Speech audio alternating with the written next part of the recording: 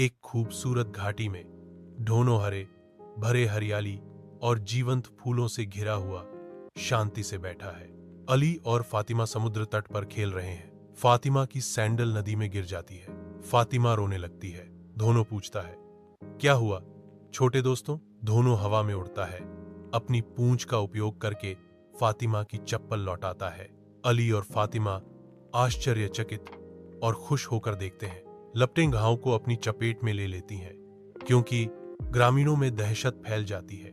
उनकी चीखें उठते धुएं में समा जाती हैं। धोनो स्वर्ग से उतरता है। आग के अराजकता के खिलाफ आशा की किरण। वह दिव्य शक्ति से प्रलयंकारी जल की बौछार छोड़ता है, जिससे आग की ज्वाला शांत हो जाती है। गांव वाले अपनी कृतज्ञता व्यक्त करते हैं। धन्यवाद धोनो। अली और फातिमा पहाड़ पर धोनो को गले लगाते हैं। धोनो कहते हैं, दोस्ती प्यार से आती है, दिखावे से नहीं।